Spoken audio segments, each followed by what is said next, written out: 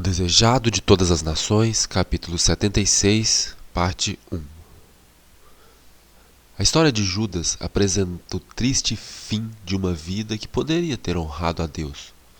Se Judas tivesse morrido antes de sua última viagem a Jerusalém, ele teria sido considerado digno de um lugar entre os 12, alguém de quem se sentiria muita falta.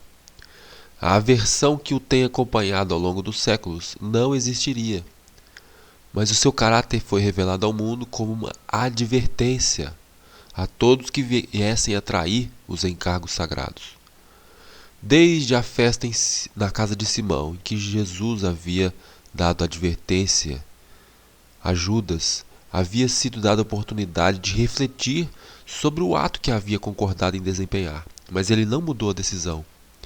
Ele vendeu o Senhor da Glória pelo preço de um escravo. Por natureza, Judas tinha um grande amor ao dinheiro, embora não tivesse sido tão corrupto a ponto de fazer algo assim. Ele tinha alimentado o espírito de avareza até que isso se tornou mais forte que seu amor por Cristo.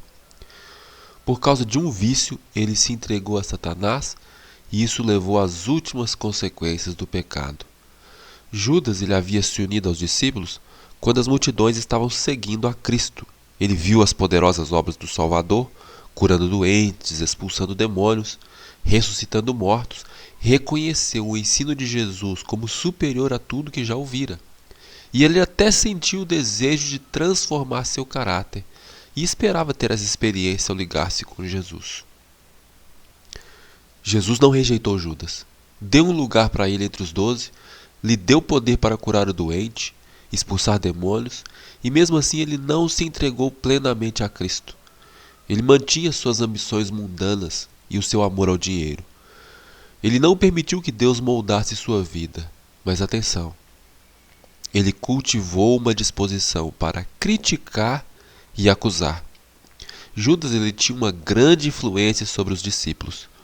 Sua opinião sobre as suas próprias qualificações era a mais elevada, e ele considerava os outros discípulos inferiores a ele.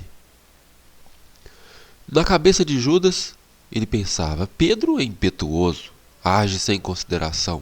João, ele entesoura as verdades caídas dos lábios de Cristo, mas é um financista fraco. Mateus é exato, meticuloso, honesto demais. Ele não vai ter condição de agir com argúcia e ter um vasto alcance nos negócios.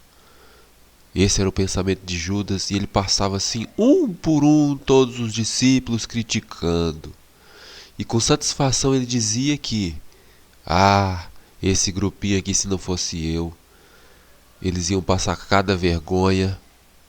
Em sua avaliação, ele era uma honra para a causa, e ele sempre assim se apresentava. Ele tinha uma alta consideração sobre ele mesmo. Ele se apresentava como o gestor daquele grupo. Cristo colocou onde pudesse ter a oportunidade de ver a sua fraqueza de caráter e corrigi-la. Mas Judas, ele preferiu satisfazer seu desejo de ganhar dinheiro. As pequenas somas que chegavam às suas mãos eram uma tentação contínua. Quando ele fazia algum serviço simples para Cristo, ele pegava um pouco do dinheiro e dizia: está justificado, é pelo meu trabalho. Mas aos olhos de Deus, Judas era ladrão. Você também tem a péssima característica de ficar criticando e acusando? Cuidado, hein? Isso não é coisa simples aos olhos de Deus. Devemos nos afastar da avareza e da crítica.